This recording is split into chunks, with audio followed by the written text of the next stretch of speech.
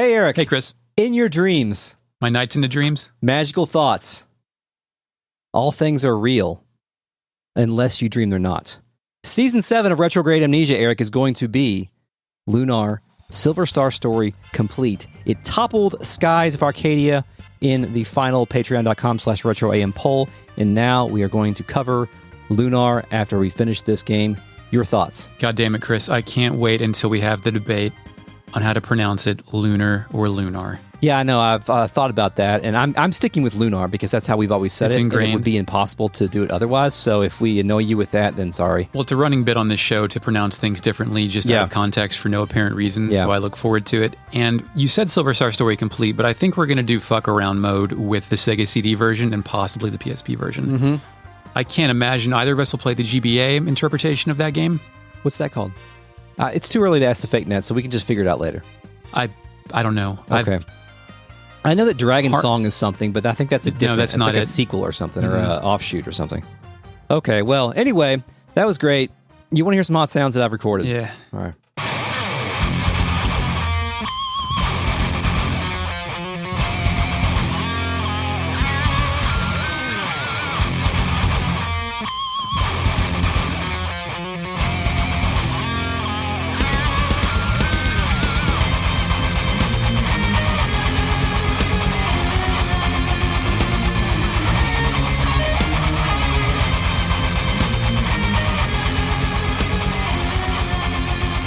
Welcome to Retrograde Amnesia, a comprehensive podcast discussing classic Japanese role-playing games chapter by chapter, beat by beat. Welcome back to Season 6, where we are covering Final Fantasy Tactics. My name is Chris, and I'm joined today by Eric. Hello, hi. Chris gave me a swivel chair. I'm swiveling. Oh, yeah. Is that chair okay for It's you? fine. Feel okay? It's okay. good. I'm all right. Don't swivel too much. You know, you got audio production going on No, here. that's the producer's problem, not my problem. Oh, okay. Sorry. Not my problem. Who is my problem is the Real Net, a collective of patrons who are listening to us record live. Thank you. You're not actually problems at all. I appreciate you all being here and listening to us and watching us on a secret video feed at patreon.com/retroam. We're also joined by the Fake Net, our post-production AI companion, who brought Hihachi Mishima back to life once more in Tekken 8. Initializing Fake Net. I performed the ritual for the explicit purpose of hearing that Heihachi versus Heihachi scream laugh in Soul Calibur 2. Let's hear it. Yeah, I saw the other day that there was an announcement in EVO that Heihachi was going to be in Tekken, and I was like, that's an announcement? I didn't know Tekken, he was absent from Heihachi Tekken. Mishima is dead. Isn't that how Tekken 8 opens? I haven't played Tekken 8. Oh my God, dude. I need to play Tekken 8, but... I'm just saying, we need to reskin Final Fantasy Tactics and make it a Mishima Family Zaibatsu organizational nightmare. You know, that would be a pretty cool, kind of tactic-style game where you just had... It's got lots of plotting. It's got familial monsters. murder. Yeah. It's got out-of-wedlock marriage. It's got superpowers, devils, angels. Wow. That's incredible. It's got Yoshimitsu. You know what doesn't have Yoshimitsu? An Outlying Church. Final Fantasy Tactics. And I do have a comment I want to read from our friend in the YouTube comments, Armando. Armando says... What's up, Armando? Hey, Armando. I asked Yatsumi Matsuno on Twitter why Orators get guns. I'm sorry, Matsuno is just accessible on Twitter. You can just ask him shit. Some of Final Fantasy Tactics lore and knowledge is just from him replying to people. God, I just figured at this point in 2024, people that important don't fuck with... Oh, yes, go ahead. I'm sorry. He's a regular... He's a poster. What's the guy's name? I'm the Tekken guy. His name is just gone. Harada. He's a regular Harada. I asked Yatsumi Matsuno on Twitter why Orators get guns, and yeah, it's exactly what you'd expect. Quote, "It was 27 years ago, and I don't remember the details. Please read with that in mind. The Orators were too weak to fight as they were, so it was necessary to give them some abilities. Looking back on history, how many people resort to violence and when they lose an argument. Of course, the great figures in history are different, but many stupid people turn to violence when their arguments are not accepted, right? We put that kind of irony into this job. So we gave him the ability to handle a gun as the most obvious symbol of violence." Dude, I love it. I do too. That's a wonderful answer. To give just a rando on Twitter that much information, Yes. and to do it sincerely, Yes. that's a beautiful story. I know, and it also lines up with kind of the joke that we made about that character class having a gun. Yeah. To fucking shoot people when they can't get them to do what they want. And I love when the people who make the game can have fun with making it too and do ironic stuff like that. Yeah, absolutely. Pretty good. So thank you, Armando, for supplying that to us. We appreciate it. Video game. Outlying Church, cheerful music, Zalbag the Holy Knight plays after we finish killing more members of the clergy. Yeah, we just got done killing Zalmo for me. Yeah, go ahead. Ramza and Delita remain on the battlefield facing one another. Our two special boys of destiny are having a chit-chat with Delita hunting for some intel. He asks Ramza where he's going next. Rather than reply, to dismantle the church by force with your help, Ramza tells Delita, 2 errands brought me to Zaltenia. The first was to meet with you. The second is to speak with Count Dooku Orlandeau. His name's Dooku? No. Oh, yeah, that's Star Wars. Okay, thank you. Delita's like, whoa, Thunder God. Ramza tells him, I mean to enlist his aid in exposing the church's intrigues. Delita, I think fishing for information, asks Ramza how he's going to do that. Ramza, to my surprise, doesn't tell Delita everything. Instead, choosing to make a vague reference, he says, I have powerful evidence of the church's misdeeds. Oh, I like powerful evidence better than strong proof. Strong proof. Strong proof. So Delita doesn't know that Ramza has the scriptures of Jeremy? No, he does not know that Ramza spoke in class today. Okay. How did we get those after all? Oh, they were in the basement of the thing. Mr. Simon gave them to us. Yes. Elder Simon. Yes. Is he really called Mr. Simon in yours? Occasionally he was called Mr. Simon. God yes. damn. Yes. Unfortunately for Ramza, Delita's no dummy, and he knows exactly what Ramza is talking about, the scriptures of Germanique. Ugh. Rather than keep his cards close, Ramza then freely surrenders the only valuable piece of information he has left. I spoke with the Count's adopted son, Orin, not long past. He pledged their aid should I bring hard evidence against the church. Yeah, that happened. Chris, do you think Orin has to go through any of this same adopted son shit? Oh, wow. Maybe. Also, can we do a real net intersection right now? Because on the Final Fantasy Tactics channel, Tokame brought up the direct Japanese for what they're calling Orin, whether it be adopted son or stepfather or something like that, and it's very vague. If you can pull that up real quick. What do I look like? Some kind of puller-upper? Or I can. I'm holding a telephone. I've got it right here. The Japanese word can be translated 3 different ways. Father-in-law, foster father, and stepfather. But those are all different things. But those are all different things. But those are all different things. But I guess there is a similar phrase used in the case of the Japanese language. Maybe it's kind of like how people use the word like aunt and uncle now. Because sometimes I might call you Uncle Eric to my kid. I don't do that. But, I could say, hey, Uncle Eric's here. That. Yeah, we can call you Uncle Eric if you want to. So maybe it's that kind of thing. And so that would explain why there is an inconsistency between our 2 translations. And I think maybe an inconsistency within the original translation. Yeah, I think as well. Yeah. My father, you mean my uncle, you mean my dad. Yes. So very interesting. Thank you, Tokame. Delita seems intrigued by Orin joining the fray, but then a blonde lady with a blue cape, who we will later know as Valmafra, walks over and whispers something to Delita. Did you say Valmafra? Valmafra. Valmafra. I got Balmafula. Great. Balmafula. Good job. Yours is worse. Delita decides to explain who this is, telling Ramza it's all right, she's with me. Meland has provided several others to help me carry out my task. She is but one of the others, Chris. Valmafra, or Balbane, what'd you call her? I called her Balmafua. That's a spell in Shin Megami Tensei. Also, she's referred to before her name is introduced in the dialogue boxes as Magician Woman. Great. Even better. Yeah. Magician Woman takes offense to her description by Delita, telling Ramza, help you. I was sent to keep watch on you. Delita seems to play right along, telling her and Ramza, and a fine job you're doing of it. Only she knows our plans in full. I trust no other in Goltana's army more. So now I think she's going to betray somebody somewhere at some point, and for sure. Has she said who she's working for? No, but Delita just said she's one of many who's helping me. Now he's like, yo, she knows everything, dude. I'm sure Delita's using her too, though, right? Who's he not using? Exactly. Finally, Valmafra senses Ramza's identity and uses that as a window to introduce herself. You're the youngest BL of Ramza, am I right? My name is Valmafra. Delita finally asks Valmafra what she's doing here, and she tells him, the Northern Order moves. Who is she working for, Chris? Is that revealed in your game? She doesn't say, but I think based on what I remember from later in the game, I think she's working for the church. Yeah. Yeah. I think so.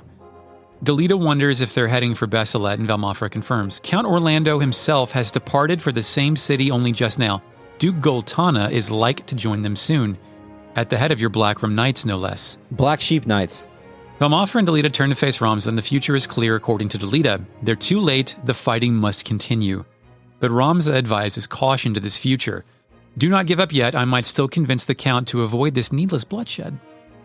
The two men, who I think still might not be legal adults, realize their paths are going to be in opposite directions. They both wish each other well, and then they literally shake hands. I know, I was kind of shocked by that, and I think maybe from Ramza's perspective, it's earnest. Yeah. But I think on Delita's side at this point in time, just based on how his character is developed, he is simply being the manipulator.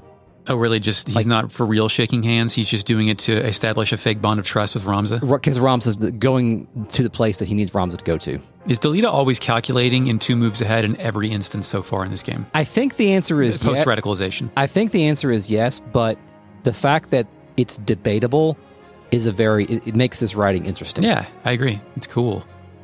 Ramza exits the stage, and Valmafra kind of can't believe this shit. She tells Delita, "You mean to let him go?" Delita's response intrigues me, the player. He tells Valmafra, "He acts as I expected he would." What does that mean? That it's cool if he lets Ramza go because Ramza's moves have been and always will be predictable? Or Ramza's moves will aid Delita? Has he stopped telling Ramza to fuck off and go home finally? I think the answer is yes, because of what we were just talking about, like him just being a manipulator. So Ramza is being a useful idiot to Delita at this point in time. Well, that's what Delita thinks he's being anyway. Like he won't... Ramza, there's a higher chance of helping him than doing damage. Mm-hmm. Well, we kind of get an answer because next Valmafra seems to understand Delita's motivations. Even your friends are only pieces to be played. Delita turns back at her, seemingly upset that he too is predictable. He tells Valmafra, "Mind your words, you know not what you say." Also, I want to point out there's a general lack of misogyny in this game, which I kind of appreciate. That I have wondered if that's in your game. Yeah, I haven't really noticed anything other than like just the fact that in general, like up to this point, there's only been a couple of women that have high roles in the aristocracy. Yeah, good point. It is male dominated. Yeah, because I mean, Alma, Tietra, the only one that has any power, I think, was the woman who died, Wheatgrass' sister. What was her name? Maluda. Yeah. Vormav's daughter, the Divine Knight. Meliadul, yeah. She's not on the scene yet, is she? Yeah, we talked about her yet? Yeah, we've met her. Yeah. Valmafra responds by extending her arm in a pose that suggests she can't believe this shit either, telling Delita, "Such outbursts ill become a man." Delita tells Valmafra what a lot of adults told me when I was growing up and wouldn't stop talking. "Haven't you somewhere else to be?" Yeah, can't you go somewhere else is shit I used to want to tell people all the time. Like, can you go somewhere else? Can you not be here? Yeah. Yeah. Get out of here. The end of that conversation in the original translation goes like, fucked you up. Balmafula says, "I hate people like you," and Delita says, "Hurry up and go." Awesome. Like it's a little bit more cordial in my game. Yeah. Like they're kind of like fated to work together, but not really jazzed about it. Mm-hmm. Like this could be Delita and Valmafra could be a buddy cop comedy in a different game, I think. It might be a buddy cop comedy off camera. Yeah. World map, fuck it, man. Let's go to Beddha Sandwaste, or whatever that's called in your game. Desert Slush. It's called Bed Desert. Great. Bed Desert? Yes, the desert is a bed. Technically, that would be a bad bed because sand sucks. Yeah. It gets everywhere. Hot. Chris is referencing Star Wars, a popular film from the aughts. Yeah, so that is a deep cut, even though I did not remember that Dooku was a character also in that movie. You know, Yoda gets a lightsaber in that movie. I think that's Cry of Agony playing because the medley is similar with different instrumentation. Fuck me, it's actually espionage. We're in the desert and a bunch of red cape knights stand around a gold and black knight. Knight Templar Barrich. Oh, you mean Shrine Knight Bulk.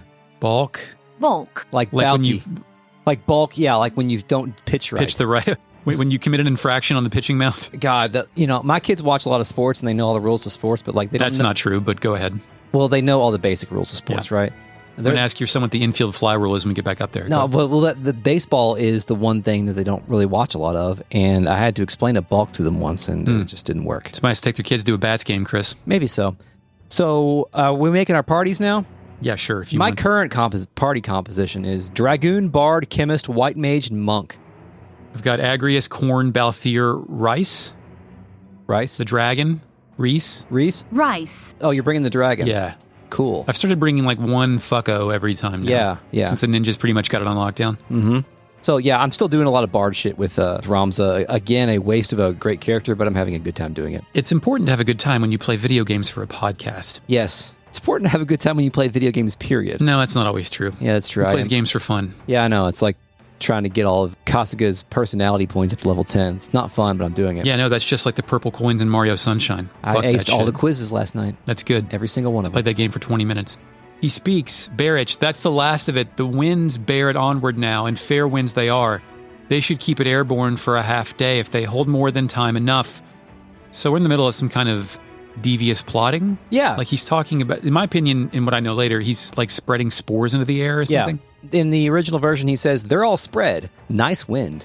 Should be enough to float them around in the air for most of the day. Chris, what do you like to spread in the wind? My farts. That's right. I like to spread dandelion petals. Oh, yeah, that's good too. Yeah, that's great. The video game Flower is an excellent wind simulator. Ramza and his crew roll up, prompting Barrich, Bard, Beckley, what'd you call him? Balk. Rice. Balky Bortakamus. To turn around and unload this gem. Now there is a creature I had not thought to find in these wastes. I'd like to say that the next time in an unsavory place and see somebody I know. Or you could say, I didn't think I'd see you here. You need to spice it up a little bit. Yeah, I agree. Ramza actually has a pretty decent comeback in my game. He says, one might say the same of Knight Templars so far from the church. What is it you scatter to the wind? Yeah. I guess Ramza saw it. Yeah. He saw him throwing sprinkle. Doing the LeBron dust chalk in the air. Oh, the LeBron dust thing. Yes. That's right. It's not dust, it's chalk, but yeah. It's dust. Oh, that. I suppose there's no harm in your knowing. There's naught you can do to stop it now. Ramza's like, stop what? And then Barrich replies in perfect villain parlance, this. Barrich then tosses a rock at Ramza. At first I think it's a grenade because it explodes. But then it turns our whole fucking party green. Yeah, what is this? It was a ball of shit.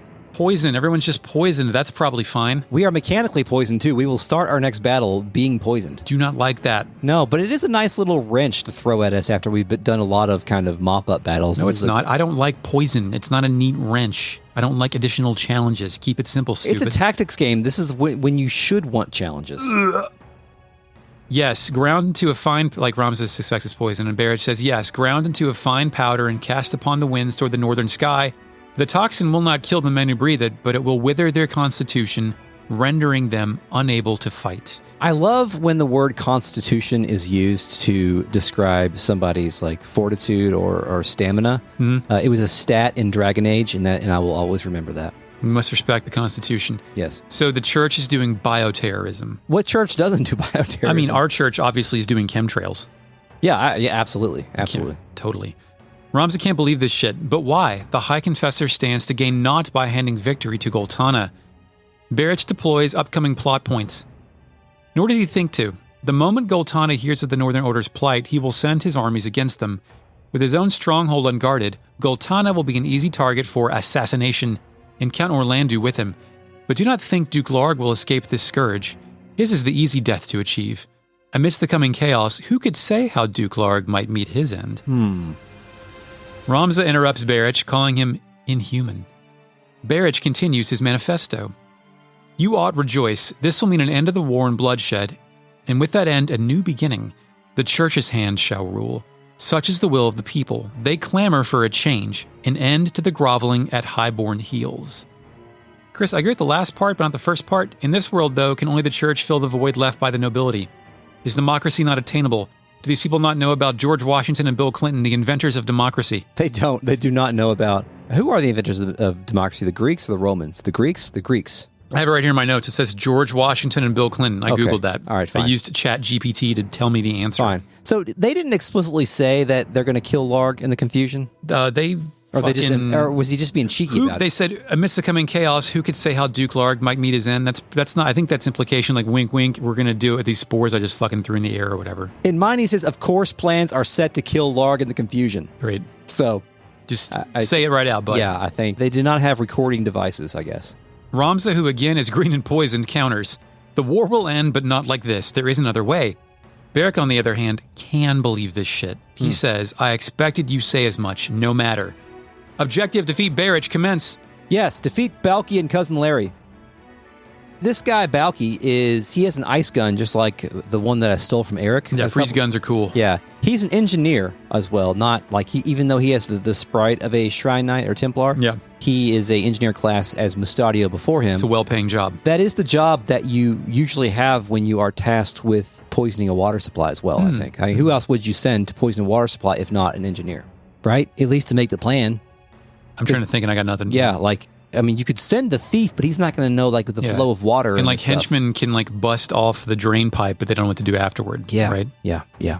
So anyway, luckily, as we mentioned, we start off this battle poisoned, and luckily I have a monk here. Cindy is still monking it out, and she has the ability in the original version called Stigma Magic, which takes care of all of my poison problems and eliminates all of my abnormal In status 2024, Stigma Magic will get someone canceled. Stigma Magic? If I put Stigma Magic on you, you'll have a gross stigma of some kind and thus be canceled by society. Oh, it's a gross stigma. Okay. Like that guy with the burned face that's running for Congress. What? I just saw some guy with a fucked up face the other day, and I was like, wow, that guy's got a fucked up face. But it's another one of those like Republicans with a visible war injury that were going to run for Congress. Right, a real Crenshaw. Yeah, but he's got his whole fucking face burned. He's got the whole shit. He looks like Kane. Kane from wrestling? Yeah, even though Kane doesn't look like that. But okay, I was going to say Kane from Emperor? Like what? No, Kane from Killing Abel. Kane from wrestling, but he had the mask on. Kane from wrestling, also in a political position. Yes, you're right. You're right. His face wasn't actually burned though. Anyway, this guy's gun is really strong. He does a lot of damage with his gun, so I had to really work here. Well, good thing I have Balthier to do pot shots on Barrich. Really? My gun. Oh yeah, gun versus gun. Cindy also leveled a repeated fist and said, "Fight for justice! Fist of fury! Repeated fist!" And then Sally, who now has Cure 3 as a white mage, Sally would remain a white mage for most of the rest of the game, says, "Blessing breeze, blow and energy, Cure 3." I think it's stupid to say numbers in the middle of spells. I'm glad they changed that after Final Fantasy. I guess tactics. Because I did in 7, and then by the time they got to 8, it was Firaga. Firaga, yeah. I'm glad they changed it too. It was kind of awkward. So I did have Balthier use Barrage, and he killed him in 3 turns, but I got the dialogue that we're supposed to get. Yeah, there's a decent amount. Go ahead. Mid-battle, Barrich gets on the mic. Once you've put a stop to this fighting, what then? How do you propose to purge Evilise of her corruption? Her fever will not cease to rage till her festered limbs are cut and seared. Even you must see that now. Unless you cut out the rot, the same thing happens over and over. Not the worst. Cut out the rot. I prefer festered limbs are cut and seared. Yeah. However, Ramza invests in the present series of metaphors and in actions with his well-timed response. Mm-hmm. You would cut away the pure flesh with the fouled. There is corruption, yes, but there are also good men in Evilise, and they are not few. There are ways to heal a festered wound without the knife. The poison can be drawn. Cutting's your only solution? Barrich makes a lot of sense, Chris, kind of. Pray tell what Poultice might draw the nobles from this. What the hell does Poultice mean? I didn't even look Poultice? that up. Poultice. Poultice. It's got to be a bird related, right? Absolutely. Fignet, is that bird related? Initializing fakenet. Fuck no. Poultice is a soft, moist mass of material, typically of plant material or flour, applied to the body to relieve soreness and inflammation and kept in place with a cloth. So long as you blight it with your existence, we must bow to your whims. A man alone might know equality. 2 men, though, never. One will ever seek to exploit the other, and I will not be exploited. I will claim your seat and take what is my due. I should think I have at least the right. Then I want to be on the exploiting side after I overthrow you. That's stupid. Yeah. Chris, can we talk about the line, a man alone might know equality, 2 men never, one will always seek to exploit the other. Is that true? So is he saying that we cannot live, like you cannot... I will always seek to exploit you, you will always seek to exploit me. The hogs will always fight, so we need a hog lord. I think so, okay. To lord over the hogs. Yes. The comparison I reached for is, if you ever look at the Silicon Valley venture capitalist assholes, they don't understand a friendship that isn't entirely transactional. Like, they don't know about hanging out. Everything has to be a hustle, like a miserable way to live. Like, what can you do for me? What can I do for you? Yeah, that does come, I think, from tech bro culture, but I think it also has a home in, like, the hustle and grind culture as well, right? I think so. Yeah. I'm just saying we don't have to exploit each other. Also, I wish Barrich was developed beyond a guy we just met 5 minutes ago and then immediately tried to kill. Like, Barrich is making some interesting points. Yeah. Kind of, here. Yeah. Ramza actually has a mad, decent counter. You think to cure the realm's corruption by becoming part of it? What when another comes to claim your seat? You care not for Ivalice's suffering, you care only for your own. Chris, Ramza wants to break the chain, not simply add another link going off in a different direction. Barrich remains unsold. Such righteous words, more the greater your hypocrisy. That's it before I kill Barrich. Yeah, he's pretty tough, but I focused fire on him after taking out a couple of his archers. I was like, fuck it, this is another one of those battles where all you have to do is kill the boss. Yeah. We actually have a lot of those battles coming up, Thank God. Especially late in the game, and it makes the game significantly easier than it appears at first. But I did have the opportunity to kill Balk with Ramza's harp. As his weapon. And the Good job. You hit him with it, or did you play notes that destroyed his brain? I played notes that destroyed his brain. Would you like to hear them? Yeah.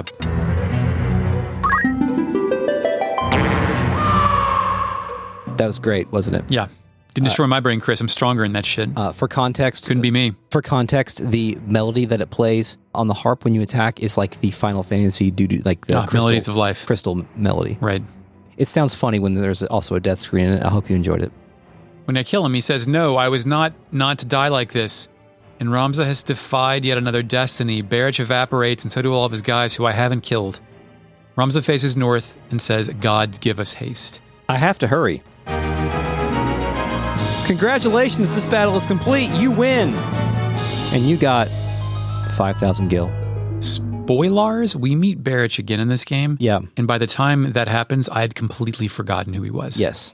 I was like, who is this guy? I would have also forgotten about him, except for his name is Bulk in my game, and you can't really forget that. No. Everyone remembers their first Bulk. Goddamn umpire's lying. Fort Besselat, no world map? Yep, yes. Meanwhile, in a castle room? Cryptic mood plays. We're in a conference room of some sort, and it looks like Orlandeau is chatting with 4 Southern Sky Knights. Yeah, there's a long table in the middle of the room. It could be a Council of Fucked Up Guys table, but... Orlando's not a fucked up guy. No, but it could act as one. Any table can be a fucked up guy table. Yeah, but... Are we over a pit that's hissing? Are there demons presently seated here? No, but it's got to be like at least have some level of ornateness. Is that the word? It has to have like a mead stain. Yeah, maybe. But you know what? This table does have a lot of candles that are too close to books, and I think that qualifies as yeah, that's upsetting. I mean, thing. More often in medieval times, right? But now that you can't burn my house down. Yeah. We appear to be in the middle of some fraudulent allegations, Chris, because Orlandeau opens up on the defensive. I, plotting against the Duke, are you mad? A Southern Sky Knight replies, "Please, my lord, do not make this harder than it must be. We have our orders." Chris, I've seen this movie 100 times. Here's what's going to happen.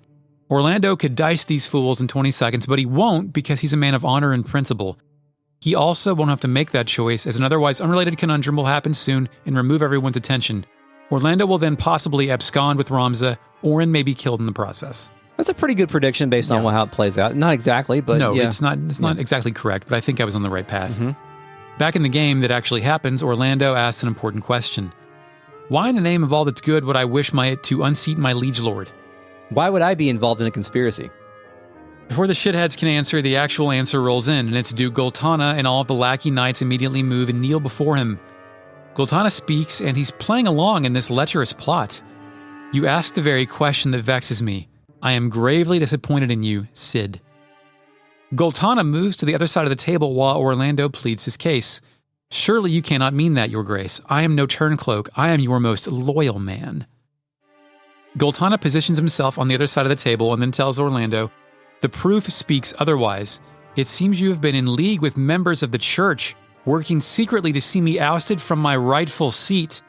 Chris, have you ever been in league with anyone? I'm in league with you, I think, right? We are in league. Yes. We have formed a league. We don't do nefarious plotting. I think to form a league with someone, like a true league, not this wannabe league shit, you have to plot with someone nefariously to do something of unsuitable, unseemly nature.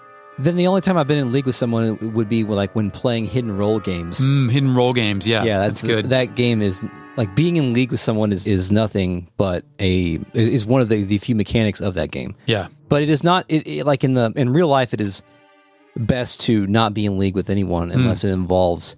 Well, I mean, does being in league, can it be positive? I was in a baseball league when I was young. Well, I mean, but you weren't in league with. I was in a league. But you were not. I had teammates in that league. You were in a league, but you were not in league with your teammates. I played left field where they put the kids who sucked. Yeah. I'm sorry, right field. Right field. Mm-hmm. Played a lot of right field, too. Orlandeau can't believe this shit. That is absurd. From what lying blackguard did you hear such a reverie? Blackguard. Blackguard. Blackguard. That's an insult. The Final Fantasy Tactics Ye Olde English Insults Power Ranking. Blackguard, noun, a man who behaves in a dishonorable or contemptible way. Okay. I need some etymology on this word. Like, what's the root of this? Is it so how you spell it, first of all? B-L-A... Blackguard, one word. Just as it sounds. G-A-R-D or G-A-U-R? G-U-A-R-D, blackguard. Wow, that is strange. It's a strange word. It didn't immediately strike me as an insult, but then I Googled it, and I think a man who behaves in a dishonorable or contemptible way is an insult. It's like calling somebody a fucker. It is like calling somebody a fucker. That's a good call. So let's Blackguard, noun, fucker. I don't think it goes too high, though, do you? No, but it's unique. I've never heard that word in my life before. I think you can probably call somebody a blackguard off the street and not get punched in the nuts. Yeah, maybe not. So I think I want to put it just below, or at least start it just below Thrall of the Church, because it's not as good as Thrall of the Church. No, Thrall, I do enjoy multi-word. So I'm going to go down, and we'll see how far down we go. Churl, better or worse? Better than churl. So then it's going right there then. Number 20. Okay, now also while we're here, we've got an appeal sent in from RealNet aficionado John Doe that said we missed one on a recent episode. I don't remember what episode this is, but the phrase is, men such as you profane the gods to speak their names. Okay. So, like, you shouldn't even say Jesus because that's fucking insulting to Jesus. To Jesus, right. Yeah, and I think that's pretty good. Yeah. And the word profane is what that hinges on, I believe, but it qualifies. Oh, yeah, for sure. I think that one's pretty strong. So let's start this here. Because you're insulting their person as well as their belief system. That's right. It's like, especially if they are a member of said religion, right? Like, yeah. You're basically calling them a poser. Yeah, it's a heretic poser combo move. Heretic poser. Yeah, perfect. I want to put it maybe just above, he soils our name, dogs my every move. How do you feel about that? I agree, just below that. Okay. I really enjoy soils our name, because like dogs our every move is pretty good. It's like, it is insulting and it's aggressive. And this one's not quite at that level. Okay, then that sounds good. We'll put it here at number 18, just under dogs my every move. So we are now at 28 ye olde English insults, and I shall read the list once again. Starting at number 28, gallant, fool, cur, whelp, coal, ungrateful, wretch, mongrel, churl, blackguard, thrall of the church. This man is naught but boast and swagger. Men such as you profane the gods to speak their names. He soils our name, dogs my every move. Clod, squealer, common maid, wench, courtesan, such wretches, moppets, whore sons, worthless fool of a son, whore son dog, lackwits, vulgar knave, night soil, milksop rabble, common footpad, and of course, you've been less than me from the moment your base-born father fell upon your mother in whatever gutter saw you sired. We did it. We're back.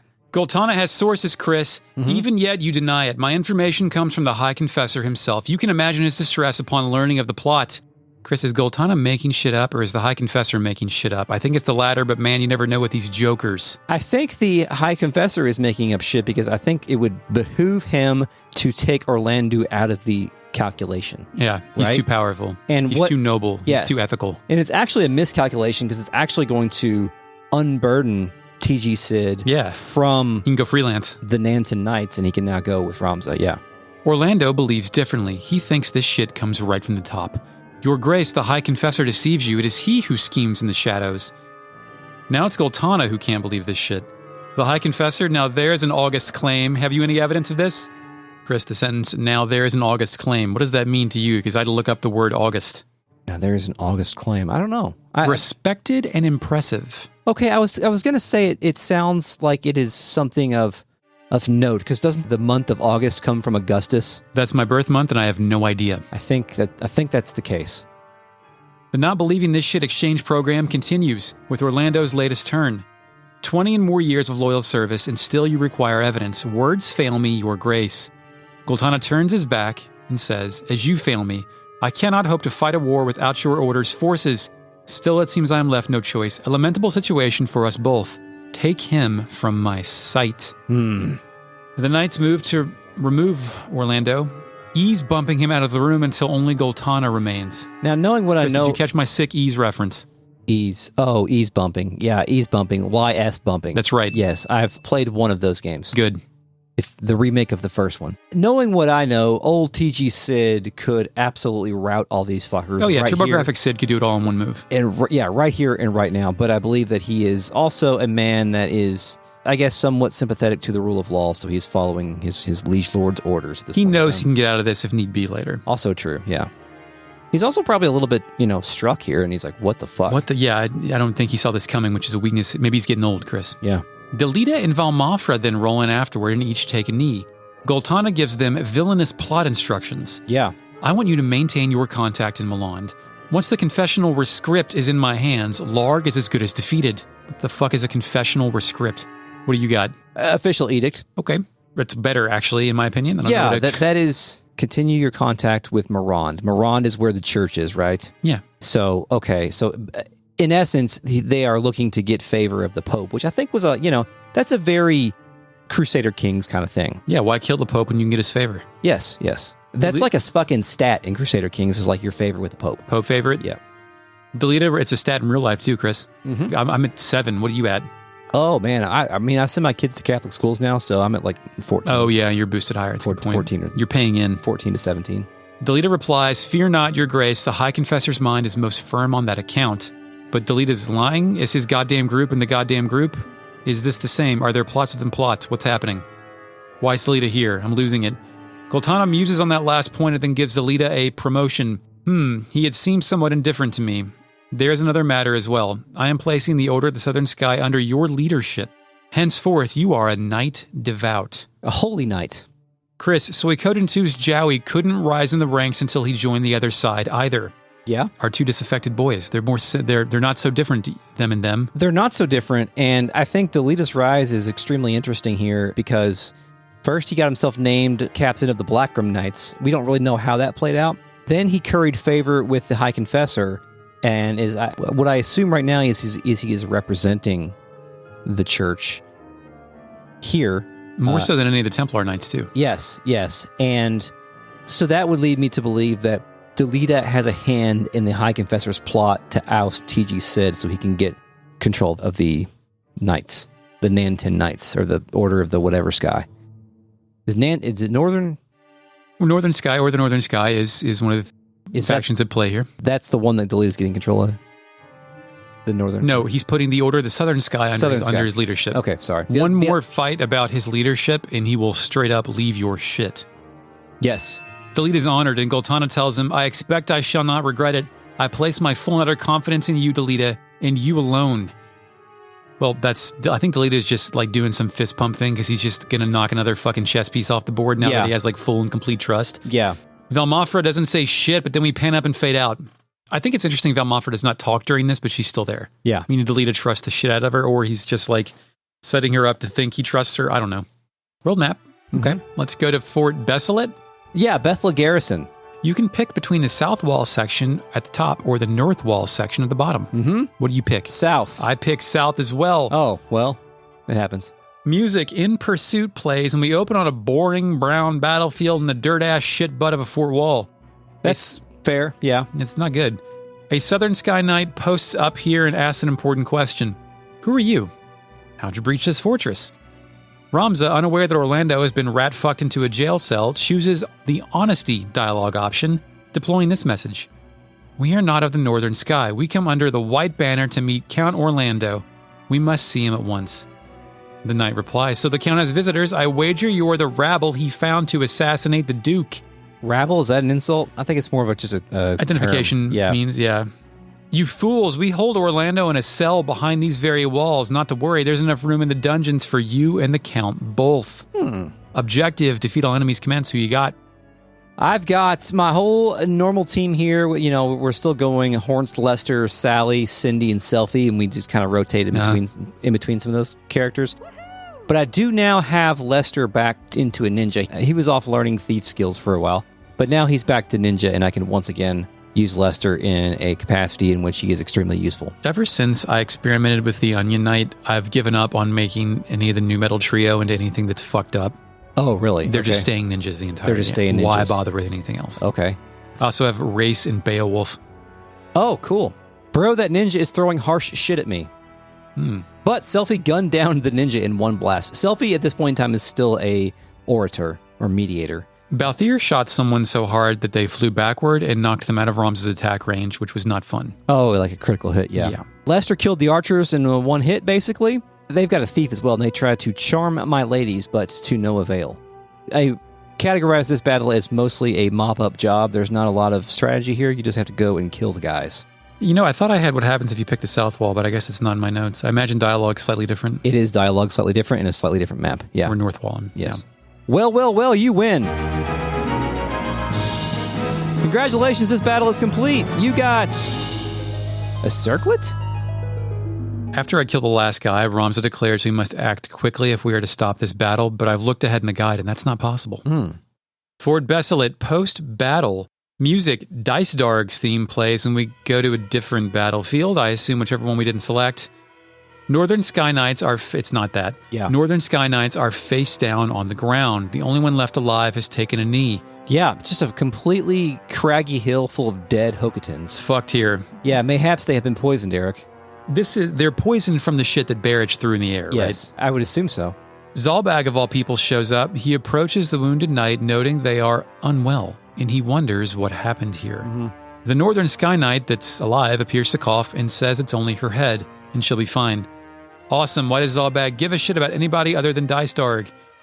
The knight passes out, facing the dang dirt, and Zalbag wonders, can you hear me? What ill magic is this? It sounds like Zalbag can't believe this shit, but do you know who can? Dycedarg? That's right, Chris. Dycedarg makes an entrance from the right side of the screen, informing his brother they have befouled the air.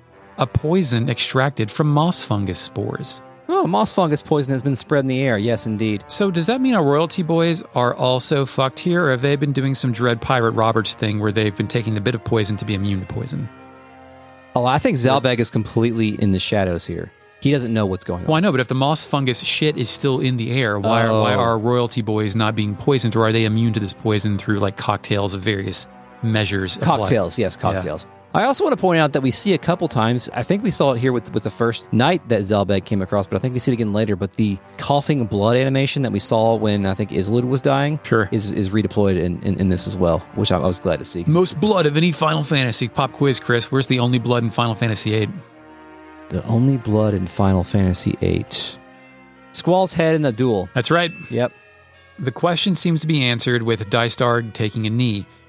The question about are they poisoned? Yeah. Zalbag rushes to Dycedarg's side as Dycedarg places his hand over his head, telling his seemingly unaffected brother, I will be well. I worry only for the Duke. Where is he? Dycedarg rises as Zalbag declares that he does not know where the hell the Duke is. Then a dialogue box appears from the rafters. Oh my god, it's Duke Larg. He says, Zalbag, Dycedarg, I am here. And then the camera rapidly pans up to showcase the Duke laid out against a crumbling wall. Yeah, he's also leaning up against the wall, coughing with the cough animation. I love the cough animation. It's pretty good. What is Larg doing on the battlefield? That's a good question, because Larg, in his bowl-cut stature, seems like a leader that would not necessarily stay on the battlefield, so perhaps he has been drug out here, maybe? Yeah, like these guys usually aren't in the shit, you know? Yeah.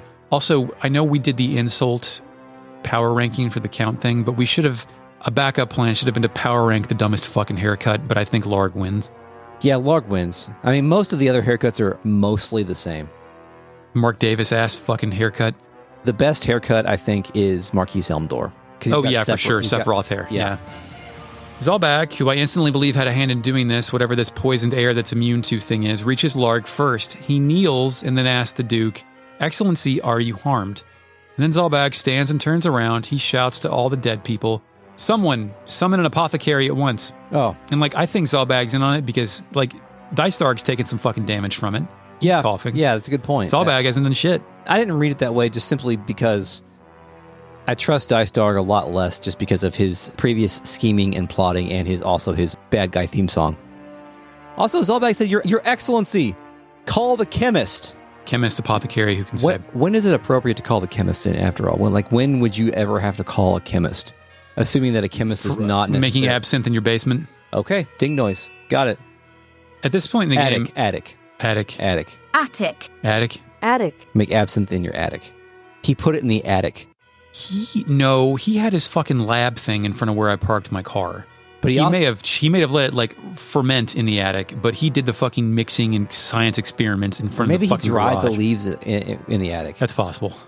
We're referencing our friend making absinthe that tasted like drinking cigarette ash. He forgot to add something.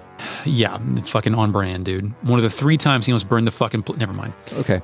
At this point in the game, I still thought Dycedarg and Zalbag were the fucking Trump brothers, where they're just interchangeable dipshits, both plotting and scheming. Yeah. I didn't know that Zalbag is significantly less bad. Yeah. Dycedarg makes his approach, leaning over the front of the Duke and asking him, "How do you feel, Your Excellency?" Larg, who once again, terrible haircut, he replies, "My head. It is as though it were split in twain. But I do not think it's serious. I just need some time." So is he just taking poison damage and somehow it didn't kill him, but it killed all the knights? Yeah, maybe there is some sort of, like you said, aristocracy immunity that they have built up. Yes. I don't know. I think God's blessing. Honestly, I think it's just like plot armor, plot poison protection. Yeah, poison. Dycedarg replies with a surprising, or I guess unsurprising, malice. "Most unfortunate." Larg looks up in disbelief as Dycedarg produces a knife and plunges it into Larg's chest with an impressive level of detail. Indeed. And actually, I think that is the answer so that we could have this moment. Like, he hasn't croaked from the poison yet, so that we could have this moment where we can explicitly see that Dycedarg is one of the plotters. And I was wondering, was Dycedarg's hobbling just a minute ago even real, or was that shit theater? If it was theater, who was the show for? Who's getting worked, and is it me, the player? Or, perhaps Dycedarg just is immune because he is perhaps subject to some perversion. Yeah, but he was hobbling earlier. Yeah. Like, was he working the crowd there? I don't think so. Okay, you think he's actually like kind of fucked because he passes out in a moment. We'll get there. Well, he's trying to maintain his innocence, I guess. Yeah. Dycedarg also cannot believe this shit, shouting his brother's name. Dycedarg plunges the knife deeper into Larg, who moves his arm to grasp Dycedarg's hand with his own. That's some fucking shit, Chris. When somebody's stabbing you and you grab their hands, it's a good move. It's a good way to make this exceptionally dramatic when you're only working with like a pretty limited animation approximately 30 pixels. Yeah. Really good. Really well done. Dycedarg commands his brother to be silent, while Larg looks like complete shit in his portrait now, big-time frowny face. Larg realizes he's been betrayed. Larg also slips an additional plot detail. You killed your father to gain control of your house, and now you have killed me. So Larg knew that, and maybe even helped, and he didn't realize he was next, or is Larg just now realizing how that shit went down? I would imagine that Larg was probably in on it. I think so too. Yeah. Just plotting and not realizing that you're not an endgame, you're a piece. Mm-hmm. Dycedarg stands up and he's heaving, he's out of breath. That's a neat detail, how doing some weirdly emotionally important action can physically wear someone out.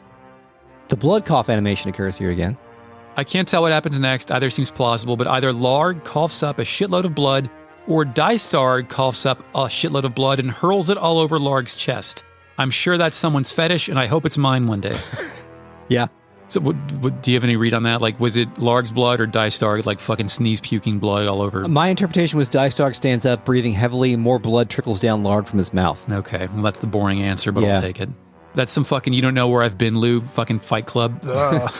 Zalbag wants some answers, and so do I. He asks his dear brother, "Is this poison your work as well?" Dice Man replies, No, it is a gift to those who would see House Beowulf take center stage. Wow. So it's not his work, but he didn't know about it and give it his blessing. Dycedarg is in league with the Templars. Yes. He's got to be. Has to be. He's either in league with the Templars or in league with the perverts. Who's the true pervert? I don't think all the Templars are perverts, but I think all the perverts are Templars. Enough perverts are Templars. Yes. Zalbag, who either seems fine with this or is worried about his own skin, asks an even more important question. Why do this? Dycedarg replies simply as if it's just some matter of fact. Duke Larg was slain in battle. It is now left to House Beowulf to carry out his wishes. Zalbag tells his bro that he's gone too far, and I'm wondering if Dycedarg is going to stare atomic death lasers into his brother's head for even making that statement. But instead, Dycedarg no-sells his brother's trepidation and moves on to some more pressing matters. This dagger, place it among the corpses. They were assassins sent by the Southern Order. You understand me, yes? Chris, is this frame job cold and calculated, or is it improvised in a moment of desperation? It's cold and calculated, but I think they expected Larg to die from the poison, so he had to finish the job himself. Yeah. So there is a little bit of both there. And he knows that Zalbag won't say no and will do it anyway. And Dycedarg, I guess, knows he's about to fucking pass out. I think Dycedarg is taking Zalbag's loyalty for granted. We are brothers after all. Dycedarg then collapses, falling over to his left side. Zalbag says his brother's name, unable to believe the shit. Pan up, fade out. We did it. Very cool. I have no idea. Whatever the scenario is being executed to perfection or crumbling away. It could be either one. Also, one of the nice things that's come out of this podcast is just our ability to casually refer to the antagonists as the perverts and know what each other's talking about. Total perverts. It's just, I want that to carry on to other seasons where the bad guys can just be the perverts. Yeah, like any sort of demonic bad guy, really. Can be a pervert. Can be perverted away from the faith. Yes, like any sort of like demonic transformation will thus be a perversion. Anyway, Idea, when dominated by Ultimecia, the one out in space. Ultimecia. Ultimecia is the pervert. Idea is Idea and Adele. I don't know. Final Fantasy perverted. VIII. Final Fantasy VIII, people. Season 3. Check it out. I think we're about out of time here. Oh, yeah, we're done. But I'll make 2 quick notes here so we don't have to get into them next time. Sally mastered White Mage. I'm going to go back to Summoner for a bit. Cindy mastered Monk. Now I'm going to roll her back into a Time Mage and get some shit there. She's mastered the whites. Yes. Let's consult the RealNet. Initializing RealNet. Hi, RealNet. Nice to see you once again. Okay, Ellsworth says, Uncle Dad, you spoony bard. WP says the only good part about Clone Wars is the Yoda fight. I assume WP means Attack of the Clones, and yes, I would agree with that for the most part. I enjoyed the Death Stick scene. The Death Stick scene was okay. Actually, that whole chase scene wasn't bad. It was all right. The Coruscant chase scene. It was fun. It was fun.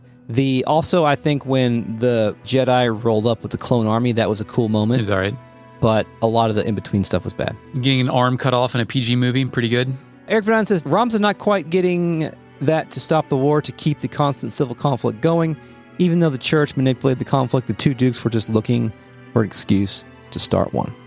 Grace Wandier said, I did a school documentary about a water filtration plant, and it's fascinating. Oh, I bet. Yeah, water filtration is one of those things that I just take for granted, and I don't want to try to understand how it works. No, like the process, I know it's different, but the process of desalinization is just something that I can't even imagine. It seems so hard. Yeah. I'm instructed to read the whole definition of poultice now, because apparently I didn't read the whole thing, and there's more context. A soft, moist mass of bread, meal, clay, or other adhesive substance, usually heated, spread on cloth, and applied to warm, moisten, or stimulate an aching or inflamed part of the body. If you didn't understand that, it's probably in the outtakes. Also called cataplasm. Cataplasm's cool. Eric Van says the ultimate poultice is icy hot. I refuse to believe multiple people know what this word means. No, it was a copy-paste situation. Panda Pajamas wonders if we are in league when we explain the plot during the wife cast thing. Are we in league as is that a nefarious plot? I think we're working together, but everybody knows what they're getting into there. That's true. The Justice League. Mambo Madness thinks that Blackguard is pronounced Blackguard. Could be. I like that. Blackguard? Yeah. Shy Guy 32 says, yeah, it's pronounced Blackguard. Oh, cool. I'll take it. Blackguard. FakeNet, how do you say that? Initializing FakeNet. Blackguard. Eric Fernandez says, I do like that Delita's plan relies on being an outsider, something that normally would make you distrusted. But once the war got set off and things almost immediately stalemated, he used his outsider status to play on everyone's paranoia. Eric Fernandez also says, my best guess is that the knights that you see are closer to the battle lines, with Larg, Dycedarg, and Zalbag were further away from the battle lines in terms of who's Yeah, poisoned. I guess the battle map was abstracted because he was in the back. The wind blew the other way. It was no longer a good wind. Eric Fernandez says, I knew what poultice was because of video games and witch friends. It's important to have friends that are witches. Cuddle Pedal says, I've dated hippie girls. I definitely know what a poultice is. Okay, well, there you go. An entire fucking culture. Yeah. Who'd have thunk? All right, thank you, RealNet. We'll see you on the next episode of Retrograde Amnesia. This episode was recorded on July 25th, 2024, and it's a production of Retrograde Amnesia. Thank you, Mark, for the introductory music. Oh my god, you scared me. Who let you in here? Thank you, Worldsim, for the podcast artwork. You can find us on Twitter at Retro Amnesia Pod. It's a great website. I think you should go there for all your fun news and facts. Podcast at retrogradeamnesia.com is the email address. And you can support us on Patreon at patreon.com/retroam and get bonus episodes, miniseries, and access to the RealNet. Until next time, Eric. I'm going to try to do a 360 spin in this chair. Don't knock the Gundams over. Okay, I did it. 360. Right. Yeah, everybody, as confirmed by the fact that your shirt rubbed up against the microphone. Yeah. And we could hear you spinning. So good. Congratulations. Yes, we'll kill God. Bye.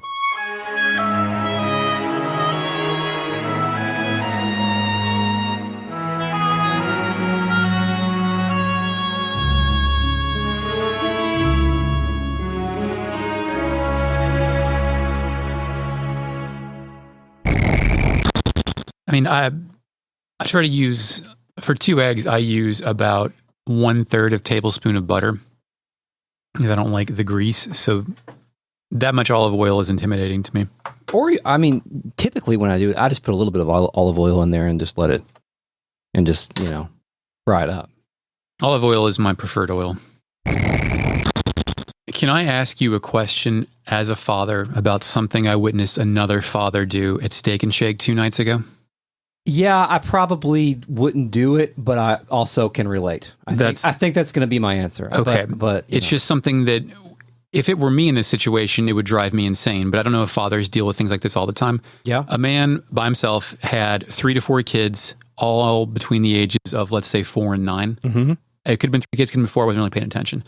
But they got their meal, and then they each got a dessert shake afterward in like the glass that you can't take with you. Mm-hmm. And they were all like elaborate ice cream, whipped cream things. No kid took more than 1 sip of each and just left all of them on the table, along with food that was also half eaten. And as the gentleman was refilling his drink, the kids asked to play the claw machine. And he said, "No, I already spent $50 on food you all didn't eat." Okay, I can relate to that. Is that normal to order kids a delicious ice cream treat? They take 1 sip and then peace out. That's what I'm wondering. No, that's not normal, I don't think. I think maybe those kids were already full. Maybe they already have too many treats in their diet, and they're just not impressed by it.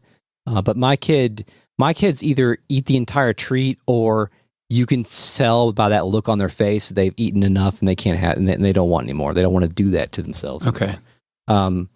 But I have bought, you do often buy kids things to eat and otherwise that they never use. Yeah, I mean, I've seen kids not finish, like take a bite of a hamburger, then put it underneath the couch. Like I've seen shit like that a million times. Yeah, that I understand. They don't need that much. I mean, it just depends on the kid, but like sometimes they're just not hungry.